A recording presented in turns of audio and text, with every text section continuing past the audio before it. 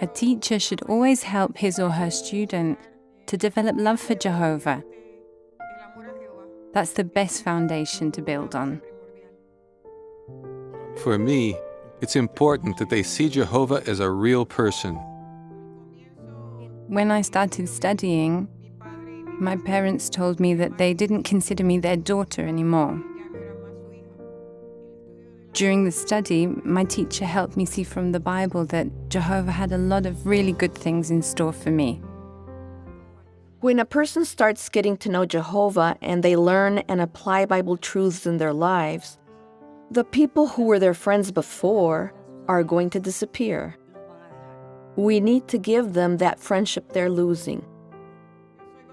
I got baptized 34 years ago and have been pioneering for 33 years. My Bible teacher was Shara. She was diagnosed with cancer. When I got sick, Jehovah used Mercedes to help me. After all this time, since I helped her learn the truth, now she comforts me. It's a father-son relationship. At some point, maybe this student will help me. And we can say that we're good-for-nothing slaves and we have done what we ought to have done. And they keep loving and serving Jehovah. What's better than that? Good-for-nothing slaves. Well, what an apt description of Jehovah's Witnesses. Only they're not good-for-nothing slaves of Jehovah.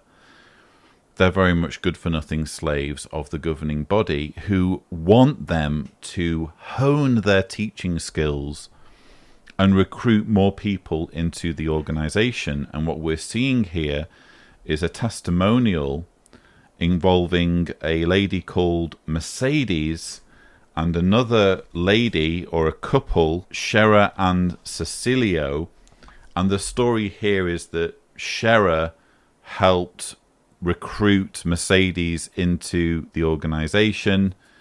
And then in later years, Mercedes helped Shera deal with cancer. That's effectively the story. But again, laced into this story, as you so often find, are these interesting little tidbits that just shed a light on what it means to be a Jehovah's Witness. I found it interesting when it was said, for me, it's important that they see Jehovah as a real person. For me, it's important that they see Jehovah as a real person.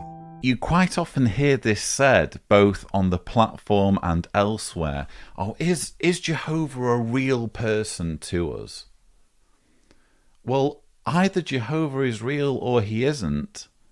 You making him real should be irrelevant. I mean, when you think about it, it's so obvious. It's because none of it is real that they have to keep reminding themselves or keep persuading themselves that Jehovah is real, or that Jehovah expects them to jump through so many hoops in service of, it turns out, the organization.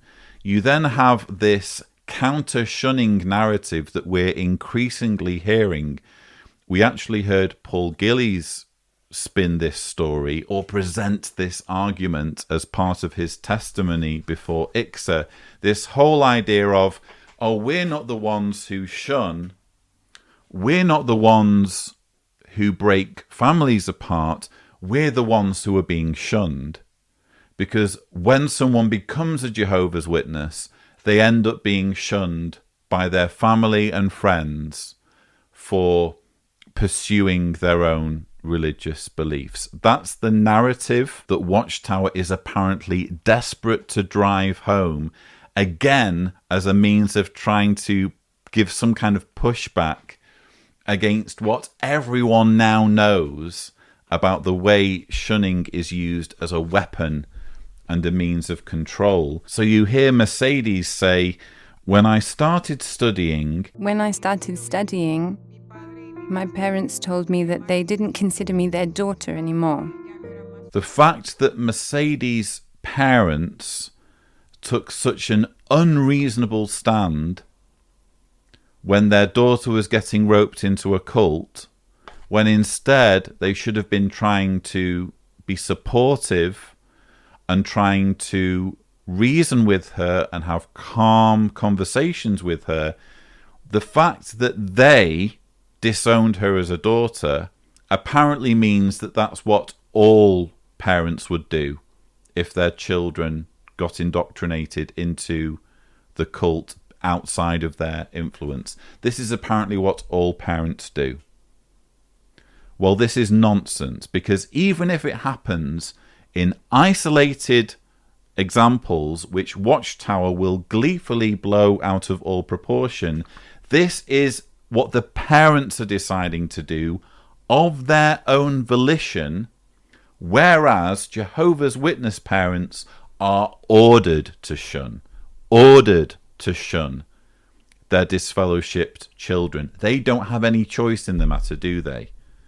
So it's not a like-for-like comparison. Then later on, Scherer repeats this same narrative.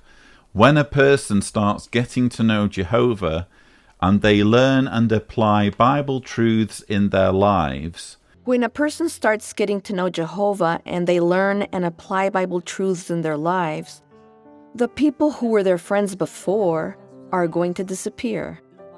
So Scherer is here painting worldly friends of people who get involved with Jehovah's Witnesses as fickle. They're just going to vanish. They're not really your friends, because just watch how they disappear when you become one of Jehovah's Witnesses. Incredibly disingenuous when you remember that only as recently as the Always Rejoice 2020 convention, Jehovah's Witnesses were being told that it was advisable for Bible students to get rid of their friends. Ensure that your student has wholesome association. As time goes by, your student is sure to lose former associates, either because the student decides or the former associates decide.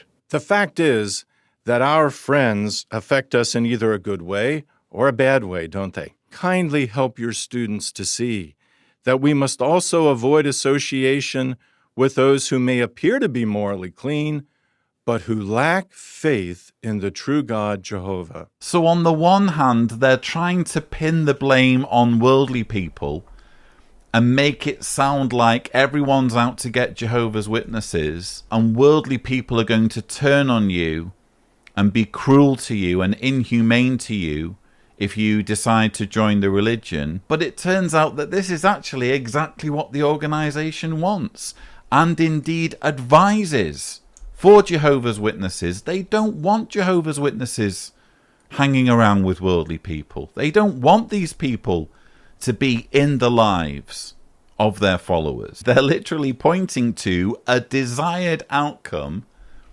as proof of oppression and intolerance. In reality, though I'm sure there are one or two who would distance themselves if they see their friend becoming preoccupied by a cult, it's not necessarily going to be true of everyone. And let's be honest, if anyone distances themselves from anyone, it's more likely going to be the newly baptized or newly studying prospective Jehovah's Witness who believes that their former friends are doomed to annihilation at Armageddon. Why would you want to be close to someone and have them in your inner circle and spend lots of time with them when you're privately thinking, if you don't join my religion and share my beliefs, very soon when Armageddon strikes, you're going to end up on the wrong end of a fireball?